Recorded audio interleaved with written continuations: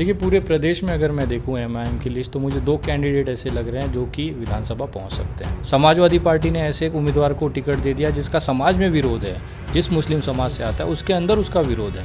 नहीं, मुश्किल इम्पॉसिबल चीज़ है सर। वो बोल रहे हैं वापस माँ के पेट में घुस जाओ, पॉसिबल है क्या? दंगा क्यों नहीं हो रहा है देश में, उत्तर प्रदेश में? क्योंकि सारे दंगाई ने भाजपा ज्वाइन कर लिया। तो हमारा देश तो मतलब मैं ऐसा मानता हूँ कि चूतियों से भरा है। अगर नहीं होता तो आज भारतीय जनता पार्टी की सरकार नहीं होती। मैं चुनाव में ज़्यादा इंटरेस्टेड इसके लिए नहीं लगता हूँ कि पब्लिक ऐसे आदमी चूतिया को चुन लेती है जो 5 साल तक नहीं दिखेगा, और जो दिन रात आंदोलन करता है उसको साइडलाइन कर दिया जाता है।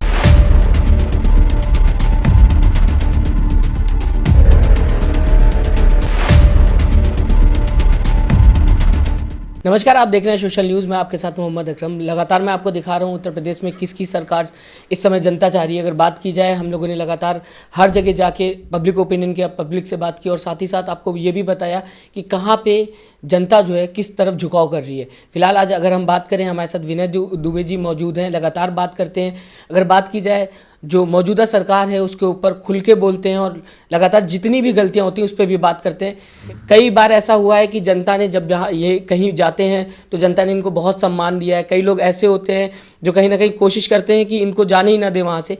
तो फिलहाल आज इनसे सबसे पहले जानने की कोशिश करेंगे कि ये एमआईएम को क्यों सपोर्ट कर रहे हैं। बनारस में आए हुए हैं हम लोग।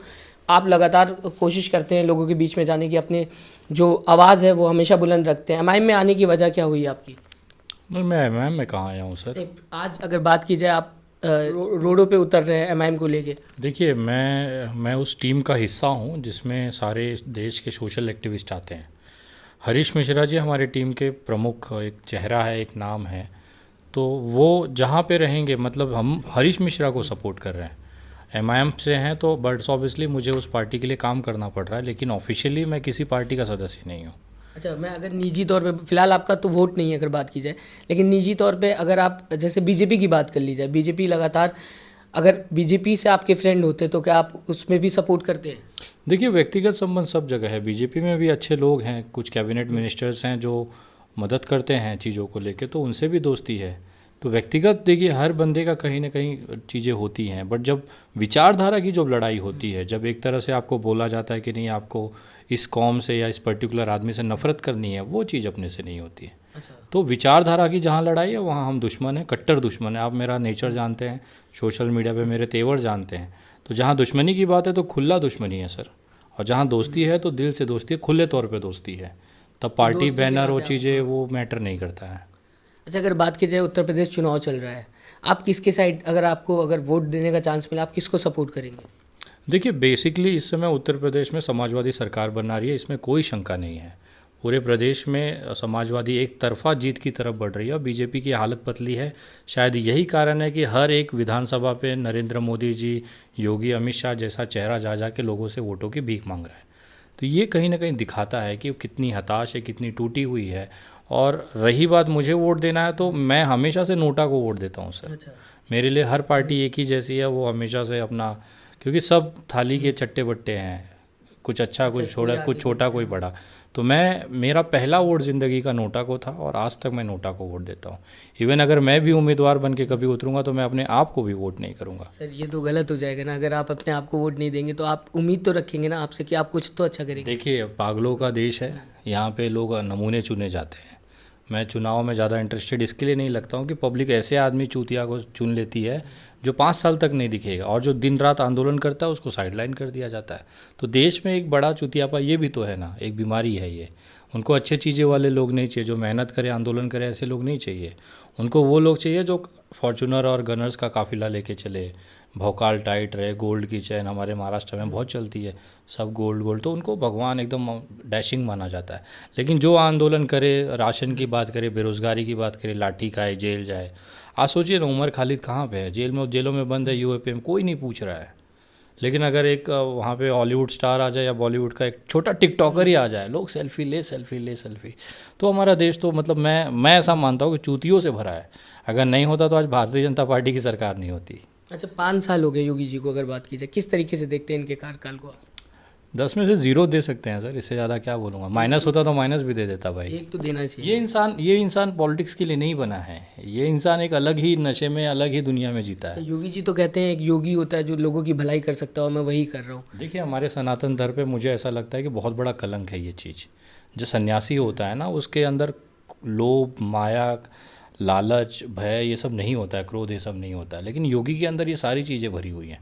तो मुझे ऐसा लगता है कि जिस गद्दी पे वो बैठते हैं ना, वो उसके साथ वो नाइंसाफ़ी करते हैं। तो एक सनातन धर्म का, क्योंकि मैं ब्राह्मण समाज से आता हूँ तो ये बहुत क्लोज है मेरे से, तो ऐसा मुझे लगता है कि योगी जी जिस पद पे हैं उसकी पद को वो जस्टिफाई नहीं कर पा रहे हैं।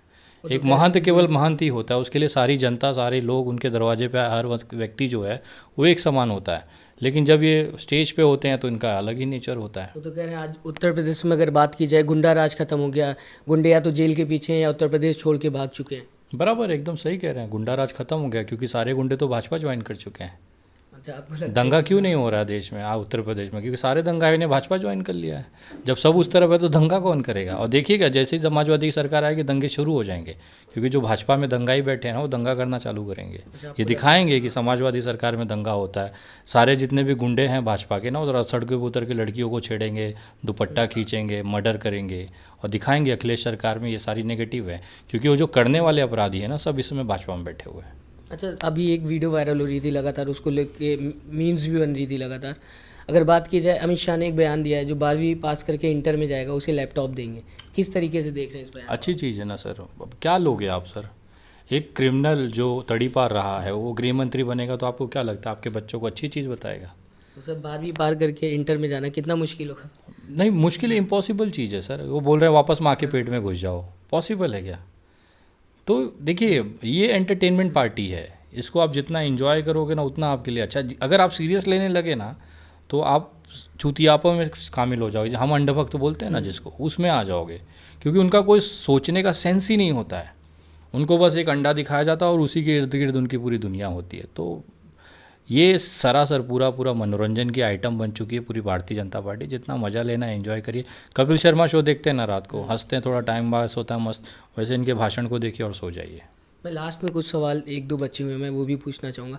अभी योगी जी लगातार जिस तरीके से हर पार्टी अपने मैनिफेस्टो बना रही है, योगी जी ने साफ कह दिया कि अगर इस बार हम दोबारा सत्ता में आते हैं तो इस बार हम किसानों के लिए फ्री बिजली ला रहे हैं, महिलाओं के लिए स्कूटी देंगे, जैसा कि प्रियंका गांधी ने बोला था लड़की हूँ लड़ सकती हूँ, वो स्कूटी दे रही है। तो अब किसानों के ऊपर जिस तरीके से अगर फ्री बिजली देना, उनको लगान माफ़ करना, ऐसी कई चीज़ें वो लगातार कर रहे हैं। किस तरीके से अब, क्योंकि आंदोलन हुआ था इससे पहले, देखा था 1 साल का आंदोलन चला था। सपना है सर, भारत में सपने देखने में कोई रोक नहीं है। उन्होंने ये लिखा था कि अगर हम आएंगे तो, अब आना नहीं है तो ये बात पे कोई डिस्कशन करे कोई मतलब ही नहीं है लगता सर। आपको कि ये वन तरफा खत्म हो चुका है योगी सर। जी कह रहे हैं ना 350 पार कर जाएंगे हम? हाँ, बराबर कह रहे हैं, मैं उनकी बात से सहमत हूँ। 350 पार विपक्ष कर रहा है ना, 50 का आंकड़ा भाजपा के पास बचा हुआ है सर। देखिए क्या होता है, जब वो बोलते हैं तो आपको आधी चीज़ माइक पे सुनाई देती है, उसके बाद माइक की वॉल्यूम कम कर दी जाती है। वो कहते हैं 350 पार समाजवादी सरकार, ये सुनाई नहीं देता है। तो मैं आपको क्लैरिटी बना रहा हूँ क्योंकि हम लोग उनसे जुड़े हुए हैं। वो हम बाकायदा कानों में जाके कहते हैं कि भाई 350 पार समाजवादी सरकार। तो हम लोग आधा सुनते हैं, हमको लगता है अरे भाजपा ही खुश हो जाते हैं। उनको कैसा कि लॉलीपॉप चुसाना होता है। वो इतने बड़े चूतिए हैं उनके कार्यकर्ता ना, उनको एक हल्का सा झटका दे दो, दिन रात मस्ती में उसमें घूम रहेंगे। वो नहीं देखेंगे कि हमारा बाप है कि चाचा है। वो बाप अगर उसका बोल दे कि बेटा इस बार समाजवादी सरकार आ रही है ना, उनकी माँ बहन करने लगे इनके कार्यकर्ता। तो just enjoy and take care, मतलब आराम से रहिए और क्या। अच्छा, मैं ये जानना चाहूँगा आपसे, आखिरी क्वेश्चन है मेरा, बी टीम लेके अगर बात करें, बी टीम को लेके लगातार ओवैसी साहब पे बात की गई कि वो बीजेपी की बी टीम है। क्या ये सच में आप इस बयान को देखते हैं कि हाँ सच में बी टीम है? मुझे आज तक समझ में नहीं आया ये ABCD क्या होता है। देखिए, हर पार्टी अपनी एक विचारधारा की लड़ाई लड़ती है, उसका कैडर होता है, चुनाव में उतरना, लड़ना, जीतना, हारना है। अभी आप अगर 388 वाराणसी नॉर्थ की सीट की बात करो तो यहाँ पर बीजेपी के सिटिंग MLA हैं, राज्य मंत्री हैं रविंद्र जायसवाल। उनके सामने कांग्रेस ने एक ऐसा प्रत्याशी दिया जो चुनाव ही नहीं लड़ना चाहता है। बट यहाँ पे कोई चर्चा नहीं हो रही कि कांग्रेस भाजपा की बी टीम है। समाजवादी पार्टी ने ऐसे एक उम्मीदवार को टिकट दे दिया जिसका समाज में विरोध है, जिस मुस्लिम समाज से आता है उसके अंदर उसका विरोध है। लेकिन कोई नहीं कहेगा कि समाजवादी यहाँ पर भाजपा की बी टीम है। लेकिन ओवैसी साहब को कहा जाएगा क्योंकि ओवैसी साहब ने यहाँ पे ऐसे तगड़ा उम्मीदवार दिया है, एक हिंदू उम्मीदवार दिया है टीके के सामने, हरीश मिश्रा जी, बनारस वाले मिश्रा जी। नाम भी अगर बात करें काम किया है ना, वो नाम किस चीज़ में है, कोई गुंडा नहीं है, कोई माफिया नहीं है। जब भी आंदोलन किया, बेरोज़गारी पे लड़ा है, लाठियाँ खाई, जेल खाया, तो एक सोशल लोकल लेवल पे उसकी अच्छी पैठ है। एक स्ट्रॉन्ग चेहरा यहाँ पे दिया है, इसके लिए उनको बुरा लग रहा है कि ये एमआईएम को हम अगर मजाक बना देंगे तो वोटिंग डाइवर्ट हो जाएगी। बट इस समय पूरा उल्टा है। 10 मार्च के बाद आपको पता चल जाएगा कौन ABCD है, सब क्लियर हो जाएगा। आपको लगता है कि बनारस से एमआईएम के जो प्रत्याशी हैं कहीं ना कहीं अच्छा प्रदर्शन करके दिखाएंगे? देखिए, पूरे प्रदेश में अगर मैं देखूँ एमआईएम की लिस्ट, तो मुझे 2 कैंडिडेट ऐसे लग रहे हैं जो कि विधानसभा पहुँच सकते हैं। दोनों लगभग 90% उस मुकाम तक पहुँच चुके हैं जहाँ से उनकी जीत तय होनी है। एक है 388 वाराणसी के हरीश मिश्रा, यानी बनारस वाले मिश्रा जी। दूसरा है गुड्डू जमाली जी, जो ऑलरेडी BSP से MLA रह चुके हैं। तो वो ये 2 सीटें, मुझे ऐसा लग रहा है कि इस बार एमआईएम का खाता उत्तर प्रदेश में खुलेगा और ये 2 लोग एक अच्छे मार्जिन के साथ जीत के वहाँ पर जाएंगे। बहुत बहुत शुक्रिया हमसे बात करने के लिए, कीमती वक्त देने के लिए अपना। फिलहाल आपने सुना, हमारे साथ विनय दुबे जी मौजूद थे, जिन्होंने बताया कि उत्तर प्रदेश में वो किस तरीके से देखते हैं बीजेपी पार्टी की जो अगर मैनिफेस्टो की बात की जाए, योगी जी लगातार कई बयान दे रहे हैं उत्तर प्रदेश चुनाव में, उसको वो किस तरीके से देखते हैं। और साथ ही साथ एमआईएम की अगर बात की जाए तो लगातार हमने बात की एमआईएम किस तरीके से प्रदर्शन कर रही है। आप हमें ज़रूर बताइएगा आपको क्या लगता है उत्तर प्रदेश में इस बार किसकी सरकार आएगी, और वजह अपनी ज़रूर लिखिएगा। हमें बताइएगा कि आपको क्या लगता है कि उत्तर प्रदेश में ये सरकार क्यों आएगी और किस लिए आएगी। आपका कमेंट हमारे लिए बहुत महत्वपूर्ण है। नमस्कार। चैनल को लाइक, शेयर एंड सब्सक्राइब करें और बेल आइकन दबाना ना भूलें।